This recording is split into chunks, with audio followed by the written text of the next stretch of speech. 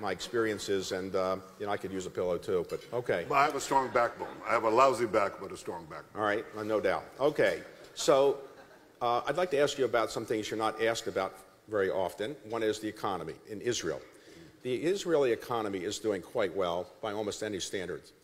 Why is that when you have so many people around you who are threatening your existence? Why do people want to invest in Israel, and why should people invest in Israel? Because it's a combination of free markets and incredible technology. Technology without free markets doesn't take you very far. And free markets without technology do take you quite a distance. But Israel has the combination because I deliberately moved it that way. And so that withstands a lot of stuff. Also, it gives you the technology to maintain your security. So Israel may be living in a very tough neighborhood, but we protect the country very, very well. And we enable the markets, the innovation, the genius of our people to flourish in thousands and thousands of startups. If you're not investing in Israel, anyone here not investing in Israel? Invest in Israel. You should. So now a lot of Israeli companies are well-known startup companies, but very often after they start up in Israel for 1 or 2 years, because the market is small in Israel, they move to the United States. Is that a problem where you're now losing engineers in some of your best companies or not? It's always a problem. There's always a challenge with the United States, but we have this perpetual motion machine that is called the military. And we have a very large, very, very large collection intelligence service.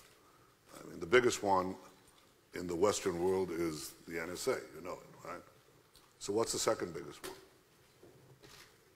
Absolute size, not relative size. It's Israel, okay? So the NSA is America is 42 times the size of Israel. The NSA is not 42 times the size of Israel's collection agency. It's not even 10 times bigger. Israel's bigger than Britain's, bigger than others. So we have this sunk cost, right, of people who we have to put in there to protect ourselves, to have superb intelligence. And what we do is convert that sunk cost into thousands of VCs, right, thousands of startups that enjoy VCs and so on. And that creates this perpetual production of innovation. Companies grow, some of them grow, they're sold for nothing. Like Google bought, can you imagine? Google bought Waze for $1 billion. That's a pittance. Eric Schmidt told me that was a good deal.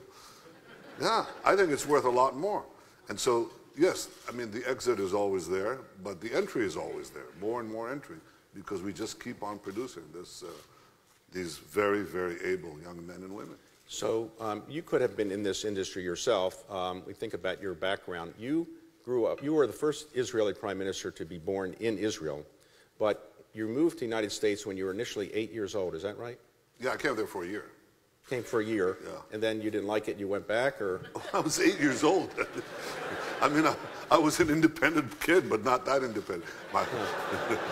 So you moved back, and then? My father came here to do some work on the Encyclopedia Judaica. He was the general editor, and after a year he left. He went back to edit the Hebrew version, the Israeli Hebraica. Anyway, so I was here for a year. I came here to Manhattan, actually. But when you came to New York, Manhattan, did you speak English at that time? Not a syllable. So how did you learn to speak such fluent English? First of all, it was horrible, I remember. You can imagine, you go among the natives, you can't speak the tongue, and you're stuck. They put me in a class, and there was a little girl, I think she was a little Jewish girl called Judy. We have to track her down. Judy sat next to me, and every day she'd take out this book with pictures, and there was a picture of a dog. See, spot, run. Run, spot, run. And that's how I learned English, because Judy taught me English. And my mother, my dear late mother, she had been born in Israel, in Palestine, and had spent five years of her childhood in Minnesota. And so she always taught me how to pronounce things. She said, usually Israelis would say the apple, they'd say the apple, the apple. She said, no, you gotta Put your tongue right up to your front teeth. It's the. That took about 3 months too. So between my mother and Judy, sort of made it. So you're back in Israel. You were bar mitzvahed in Israel. Yes, of course. And then you came back to the United States as a teenager?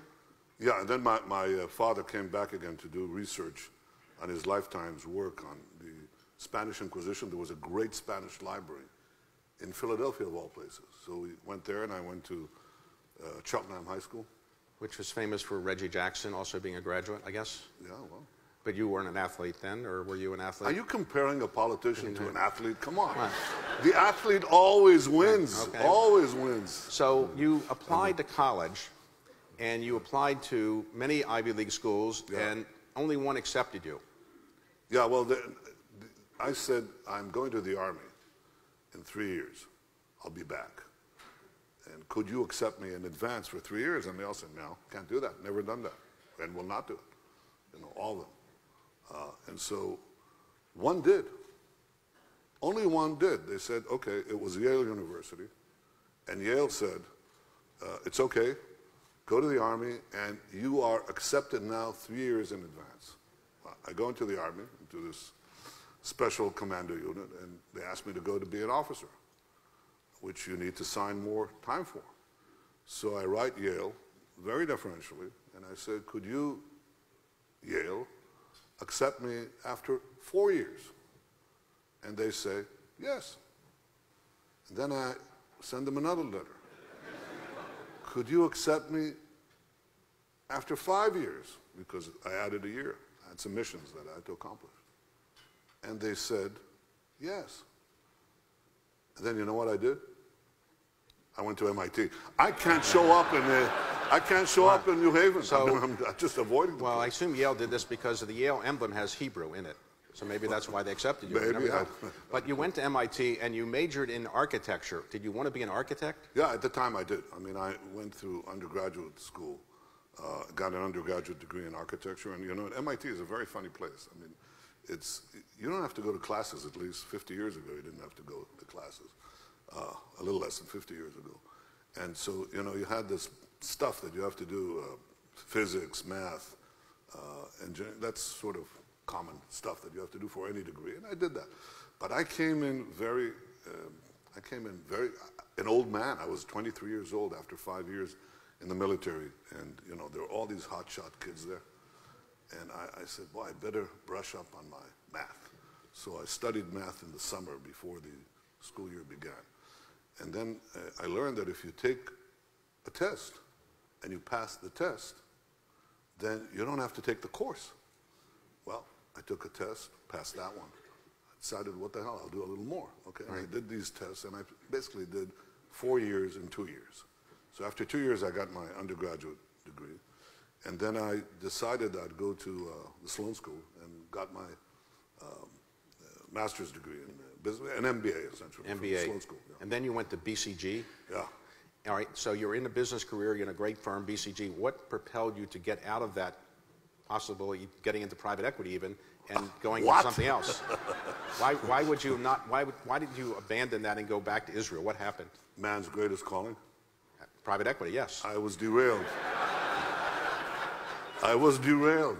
I was derailed into a lesser direction. What changed my life was that about a month after I got into BCG, my brother fell leading the rescue force at Entebbe.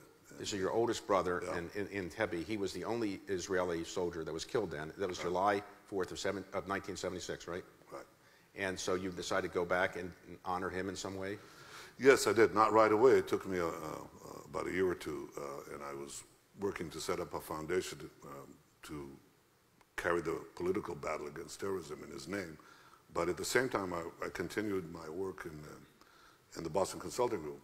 And BCG had a tremendous, I mean, those two things had a tremendous impact on me.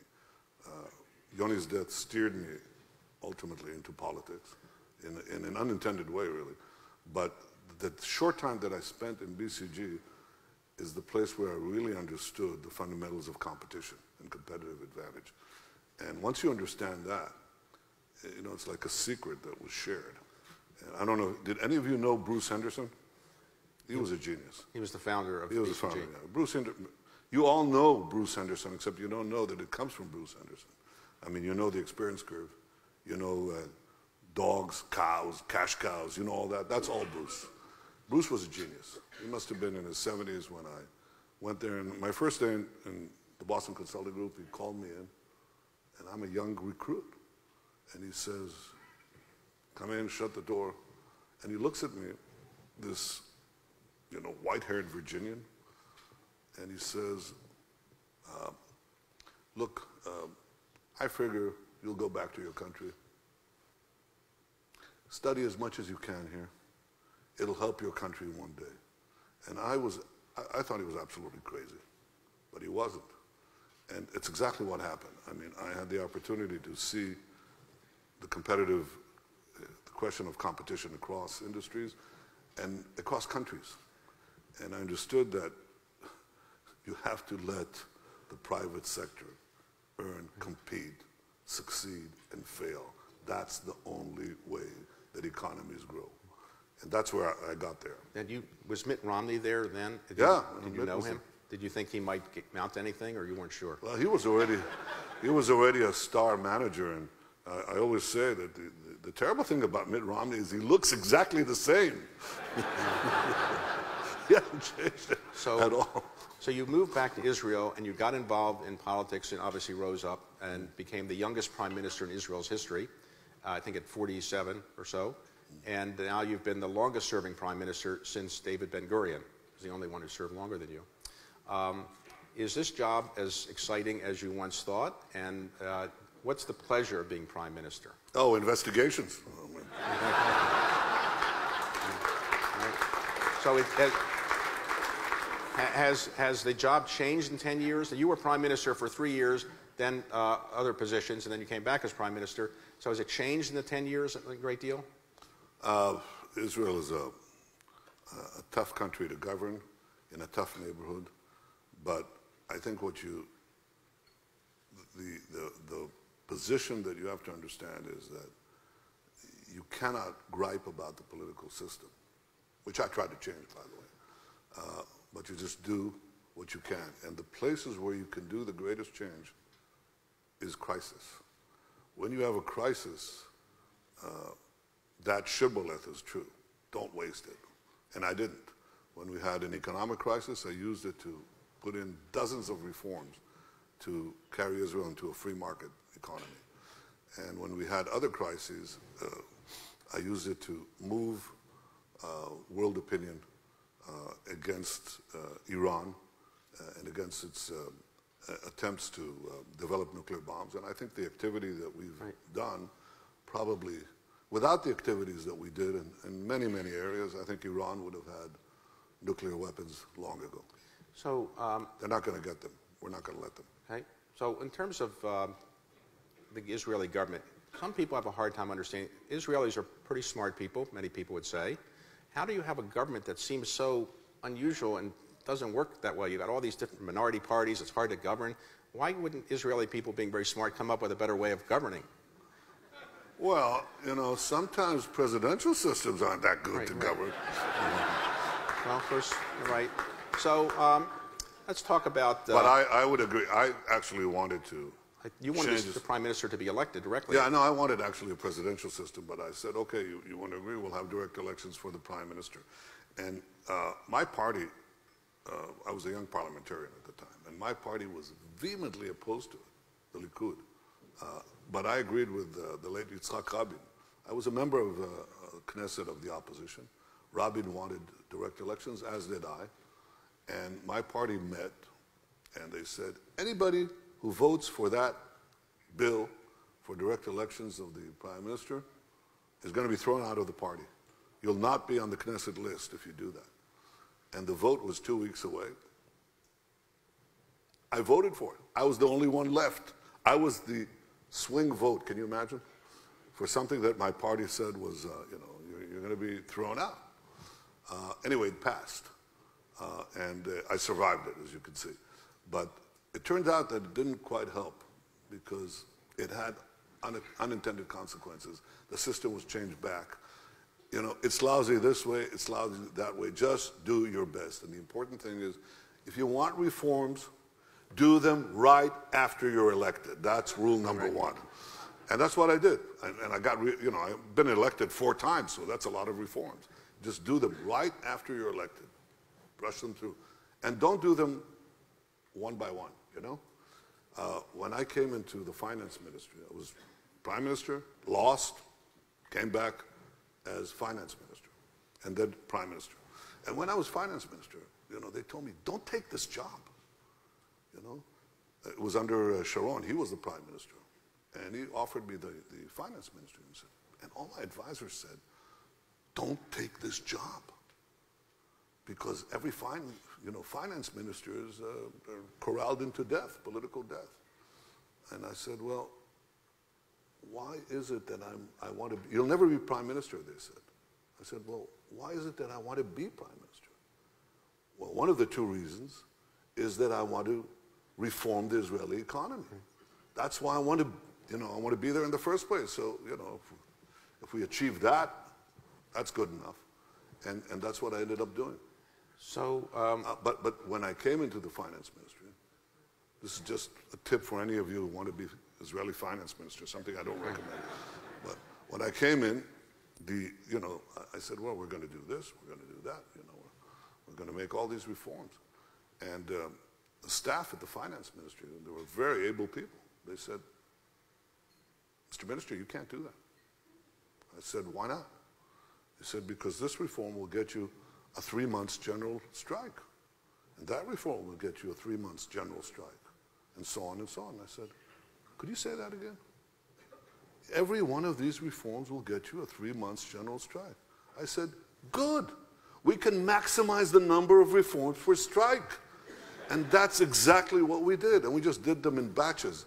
And as a result, Israel grew after that at 5%. Basically, since then, has grown at between 4 and 5% a year. And I think it'll take us a couple of years. We're going to catch up to Japan in per capita income. Did you know that? So you should invest in Israel. Any specific tips you have? Somebody asked me that. You know, I was right after I came into the finance ministry, and we were in a big crisis because of the Intifada. We had violence. The NASDAQ had burst. And you know, obviously it hurt. And our economy was actually shrinking. This is 2003. And I certainly thought that was the contributing factor, but I didn't think it was the factor, because I thought it was the statist, bureaucratic, and centralized control of our economy that was preventing its growth. So I met with a group of investors, and this was about 2 weeks into my term as finance minister, and they said, and that's all I could get, about 6 or 7 investors, first in Jerusalem and then in London. And they said, why should we invest here? Everything is, you know, shrinking, collapsing. And I said, well, here's what I'm going to do. And I described to them all these reforms, basically. Cutting the public sector, reducing tax rates, reducing the hurdles of the competition and so on. Just everything, reforming welfare, the lot. And they hear this, and about 10 minutes into my soliloquy, you know, they say, well, maybe this guy's mishugana enough, crazy enough, to do this. And so they said, so what we should, if you really do this, what should we invest in? And I said to them, I'm not a stockbroker, but if you want a tip, I'll give you a tip. Invest in anything. Invest in a parking space in Tel Aviv. It's going to be worth a lot more. Anything you invest in will be worth a lot more. Take a look at the numbers, take a look at the curves. You'll see that those who listened to me did very well. And today I tell you the same thing. It's only the beginning. Invest in anything, but invest in technology, invest in real estate, invest in infrastructure. You're going to do very, very well. Israel is an innovation nation, and it's not a slogan. It's very powerful, and the future belongs to those who innovate. We innovate. So you've been in the United States for a few days. You'll be here a little bit longer. You have met with President Trump while you're here. how would you compare President Trump with President Obama with President Clinton? You served as prime minister when all three of them were presidents. How would you compare the three individuals? Well, actually, contrary to the general press feed, BuzzFeed, I actually had very good personal relations with all three of them. But I had disagreements with them. I had agreements and disagreements with them. For example, with President Obama, we signed an MOU, Memorandum of Understanding, for a 10-year military aid package to Israel, which I deeply appreciate. I think it's great. It follows, by the way, the 10-year package that we signed with earlier with President George Bush, W. And people probably don't know that, but it's important. But I had disagreements. The important thing was I could, we were quite clear about that. I didn't hide it. I'd say with President Trump, I have fewer disagreements. So, in fact, I haven't found yet any disagreements, but I don't expect there to be. With President Trump, he obviously is skeptical about the Iranian agreement. You are, I think it's fair to say, skeptical of that agreement. Now you're a diplomat. Okay. So, if he says we're going to pull out, the United States is going to pull out of that agreement, would you be pleased, or would you be upset if he says we're going to stay in? What would? Well, he asked me that question, and I said, look, you either fully fix this deal or you fully nix it, because right now it's a highway with international approval for Iran to get to massive, unlimited enrichment within a few years. Because what the deal says is that the constraints, the limitations on Iran's nuclear program are automatically removed by change of date. I argued before the U.S. Congress that those constraints should be lifted only by change of behavior. And Iran, since the deal has been signed, has been like a tiger unleashed from its cage. The deal emboldened it, enriched it, and instead of joining the community of nations, they're just devouring the nations, one after the other. You know, Iran, Iraq, Syria, Lebanon, Gaza, Yemen, the Straits.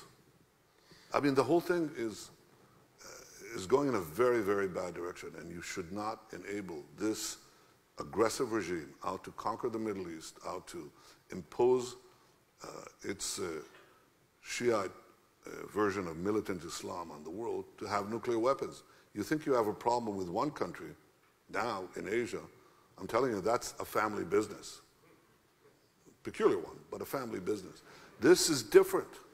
This is, as Kissinger said, this is an ideology. It's a cause, it's not a country. And the cause is a bad one. We're the small Satan, you're the great Satan. You don't want the preeminent terrorist-sponsoring regime in the world to have nuclear weapons and the means to deliver them to Washington, D.C. Don't let it happen. So if the United States does withdraw, which is what you're recommending, and Iran continues its terrorist practices, what are you going to do, or what would the United States do about it? What would you be able to do?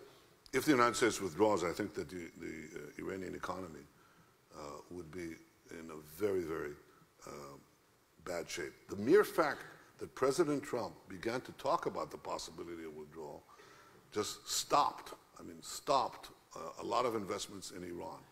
And that created tremors within Iran. You can see that in the periodic eruptions of demonstrations. I mean, I could see that in a very peculiar way. You know, I do these videos for, I speak to the Iranian people because they're great people. They've just been commandeered. They've been hijacked by this people. And I get the response that I got tremendous response with names of Iranians. And I said to my intel people, and this is just a few weeks ago, a couple of months ago, I said, how is it possible that they're responding on the net with their names? They're Iranians. They're putting their lives on the line. Iranians are responding positively to a video by an Israeli prime minister identifying themselves. A week later, this stuff broke out. So there's underlying tension. The fact that they're trying, the fact that you're limiting the money is creating tensions for the regimes inside, and the regime is very concerned with that, very preoccupied with that, which means that those who said that if you squeeze Iran economically, you're going to help the radicals and hurt the moderates, the very opposite is happening. And we should continue to do that. I think Iran should know that it doesn't have a free pass to a nuclear arsenal and to the conquest of the Middle East. The only way you can do that is either fully fix the deal or fully nix it, and it should be done.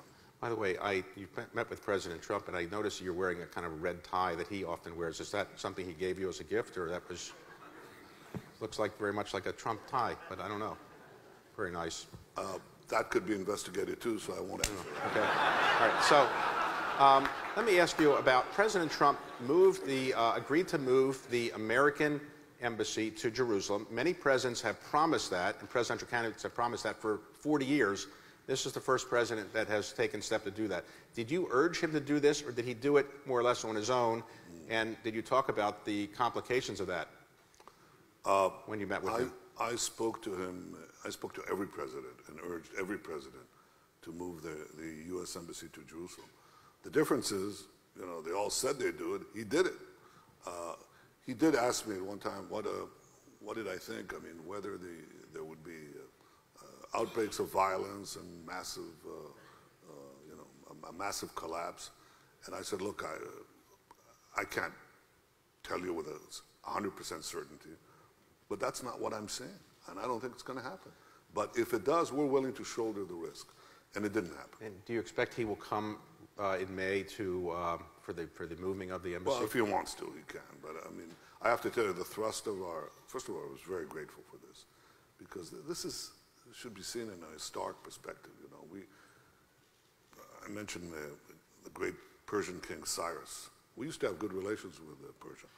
That's 2,500 years ago. He issued the Cyrus proclamation that said that the Jewish exiles in Babylon can come back and build our temple in Jerusalem. I mentioned the Balfour Declaration 100 years ago, recognizing our historic rights in our ancestral homeland. I mentioned Truman, who was the first leader within 8 minutes to recognize the Jewish state.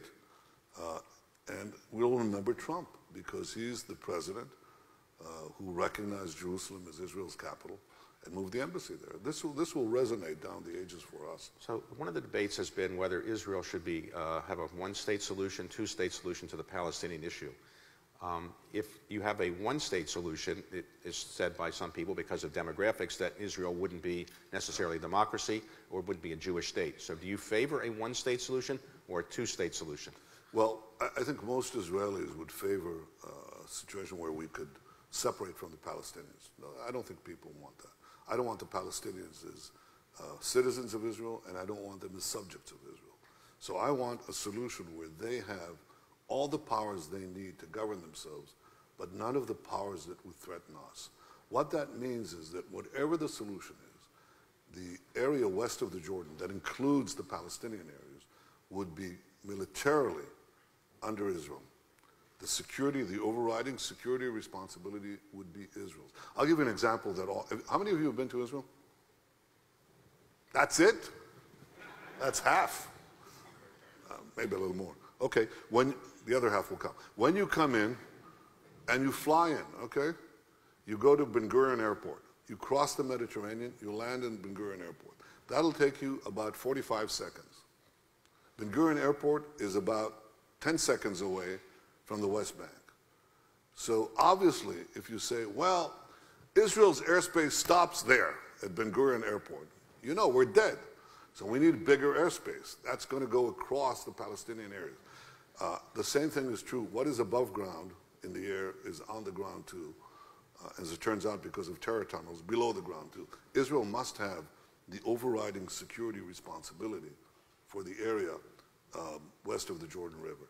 Does that comport with full sovereignty? I don't know, but it's what we need to live. And in this area, the Middle East, full of failed states, states that collapse, it's very important that Israel be the power responsible for security, because otherwise everyone collapses. The Palestinians collapse. I mean, every area that we left militarily, militant Islam came in.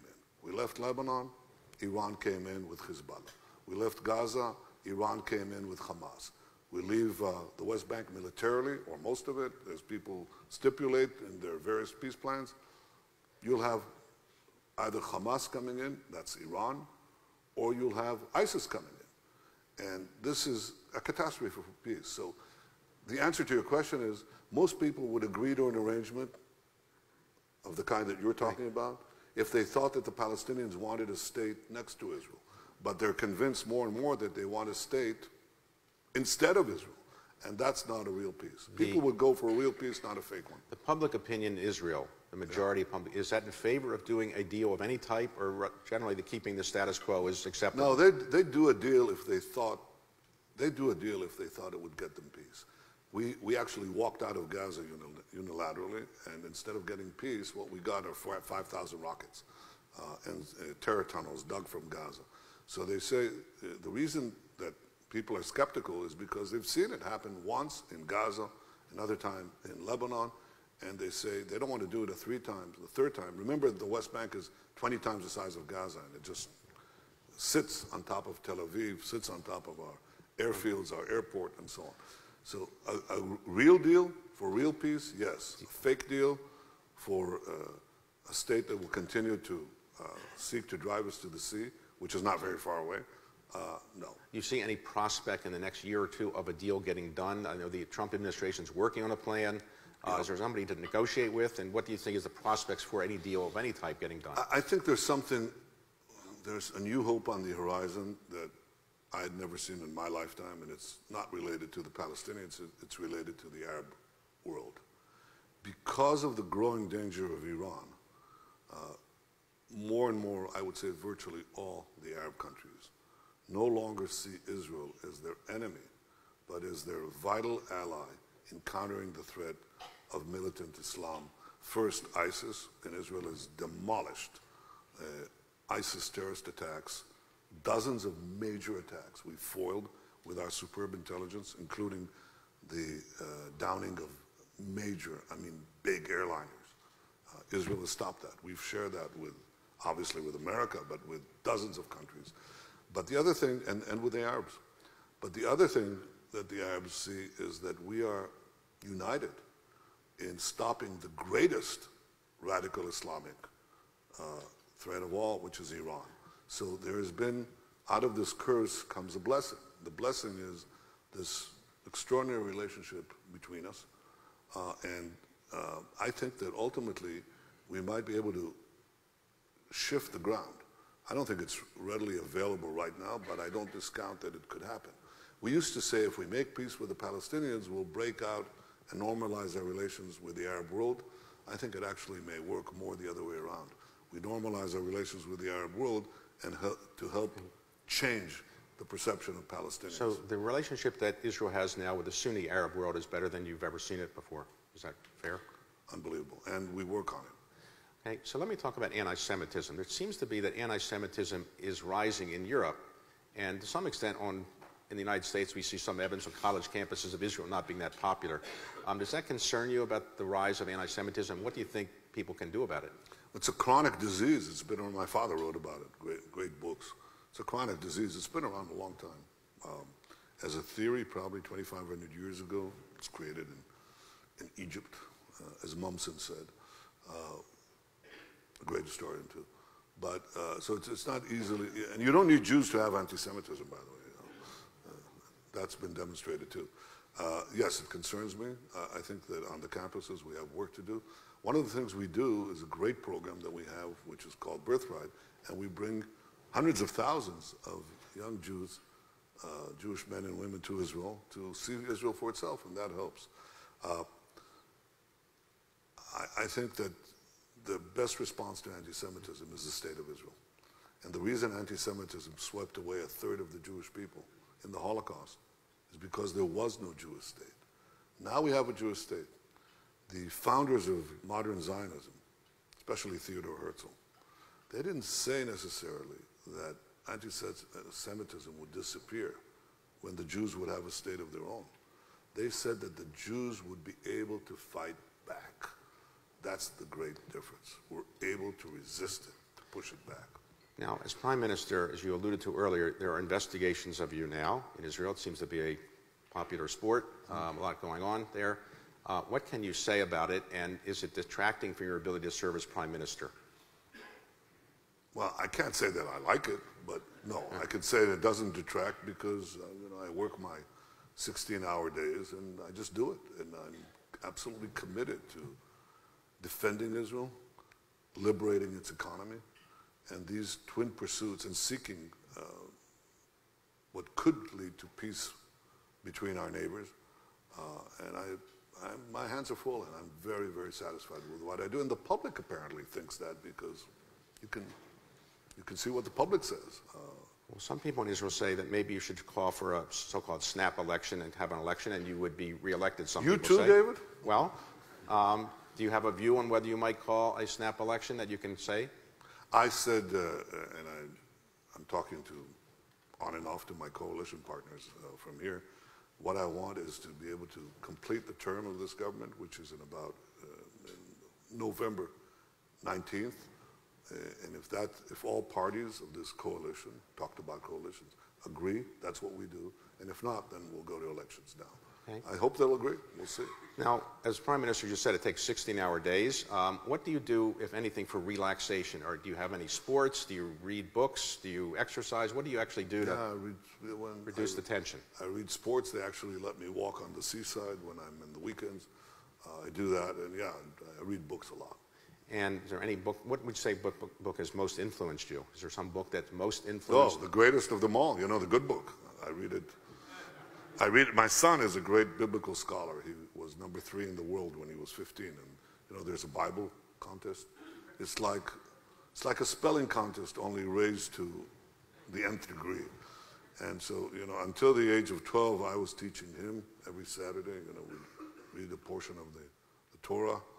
And from the age of 12, he's been teaching me, and he's a great, so we read that. But I read many, many books. History books, books on economics, political philosophy. Is there biographies, a lot of biographies. Is there a leader in the world that you have admired during your time or before you became Prime Minister that you really look up to as somebody that really is a great leader? Oh, yeah, sure. Many, but I'd say Moses, Herzl, Churchill. And would you say that today... I think about having dinner with him. That would be interesting. Moses, I could get in a word because he was a stammerer. Churchill, no way. And Herzl, he was tremendous. It was like a modern Moses. So what would you like to see as your ultimate legacy? I'm not saying you're not going to have many more years as Prime Minister. You may or may not. But if you had a chance to write your own legacy now and say this is what you accomplished with your life, what would you want people to say about what you've done? Defender of Israel, liberator of its economy. And is the job as enjoyable as it was before, and you still enjoy what you're doing? And because we're doing things. I have a very deliberate strategy. It's to develop this modern, free market, high-tech economy, leverage that into very strong military intelligence and a very strong military period. And since countries need both intelligence against terrorism and other security questions, and they all need civilian technology, marry the two and create a diplomatic flourishing. So we now have 160 countries with whom we have diplomatic relations. When I came to this town to be the number 2 in the embassy, it must have been half of that. And the countries that are left out are very few. You talk about isolating Israel, the countries who are not having, are not with us, they're being isolated. Eric Schmidt laughed when he said, how about the movement to boycott Israel? Boycott Israel? He said, I'd be boycotting myself. I'd never do that. So I want to tell you one thing that I think it's very important for me to stress, something that you know in the broader context, but I want to bring it home in the specific Israeli context. If you look at the 10 largest companies 10 years in 2006, jump forward to 2016, you see a neat reversal. 5 energy companies, 1 IT, Microsoft in 2006. 10 years later, 5 IT companies, 1 energy company left, Exxon. Okay, all the 5, okay, IT companies, Google, Amazon, Microsoft, Facebook, and so on, they all have major research facilities in Israel, as do hundreds more. The reason this is important is that Israel is right in the center of this revolution. The revolution is the meeting ground between big data, connectivity, and artificial intelligence. This allows us to revolutionize old industries where we were quite prominent, like agriculture. For example, we do now precision agriculture. Do you know what that is? So a drone flies in the sky, it's connected to a database, it's got sensors on the ground, and there's drip irrigation. And we target the irrigation and the fertilization down to the individual plant. So you understand the productivity gains in this. I mean, it's wild, changing agriculture. But we have new industries. We have a car industry, you know. We don't compete on chassis, on engines. We don't have the scale that Bruce Henderson explained to me. But since cars are basically becoming, 85% of a car's value very soon will be software, 15% all the rest. It's basically a computer on wheels. There we compete. So now we have 500 startups just on that, including this company, Mobileye, that was bought for $15 billion now by Intel. And Intel gave them the key to 30 of their worldwide autonomous vehicle businesses. That's in Israel. And last example, to persuade you to invest there, okay? So you all have bank accounts? Yeah, you wouldn't be here without it. Okay, you want to protect it? You know that you need cyber protection. And the same thing is true of anything else, everything, okay? Israel's population is 1/10 of 1% of the world. We receive 20% of the global investment in private cybersecurity. We're punching 200 times above our weight. Israel is a mega story for the new world of big data, artificial intelligence, and connectivity. If you're not in Israel, you're falling behind. Don't. Come over. I'll see you there. Okay. I'm telling you. I'll buy you dinner. The economy is strong enough. Mr. Prime Minister, I want to thank you very much for your time. I want to give you a gift on behalf of the club. Well, thank you.